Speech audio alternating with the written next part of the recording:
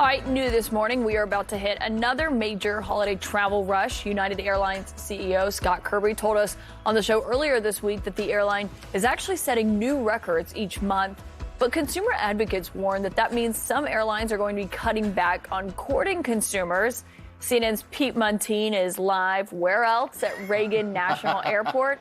Pete, I'm just telling you that you're going to have to pry my diamond medallion status out of my cold, dead hands if they're trying to take this away. You know, the good news here, Caitlin, is that some airlines are not doing this, but some airlines simply are not trying as hard to court passengers. The equation here is pretty simple. The numbers are up. We're seeing numbers airlines have not seen since before the pandemic, and that means the value of your loyalty is going down.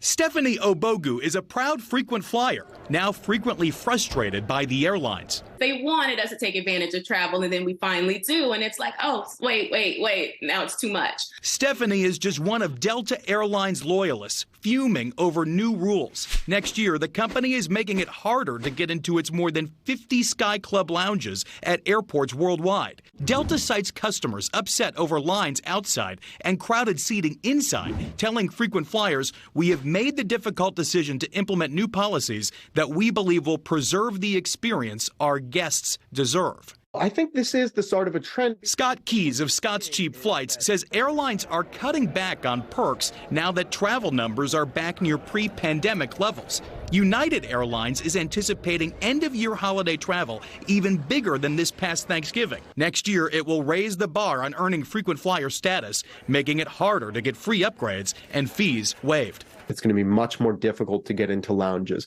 much more difficult to renew elite status, and much more difficult to redeem their frequent flyer miles for a free trip. A Delta flight from LAX to JFK over spring break would typically cost you 25,000 frequent flyer miles for an economy seat. Now, Scott's Cheap Flights says it will cost more than twice that, 52,000 miles. I think, we're at a tipping point. Consumer advocates say earning miles has never been easier thanks to airline credit cards, but now redeeming miles is getting tougher. You enter these programs in good faith and you invest in them for years and years, and you find that the goalposts are a lot further away than they were when you started. Airlines they're missing the mark here. I hope that they listen to the consumer and they really think about some of the decisions that they're making at the top level. Consumer advocates point out that there are big winners and losers here. The winners are those with high status already, airline credit cards. The losers are those right on the cusp of earning status.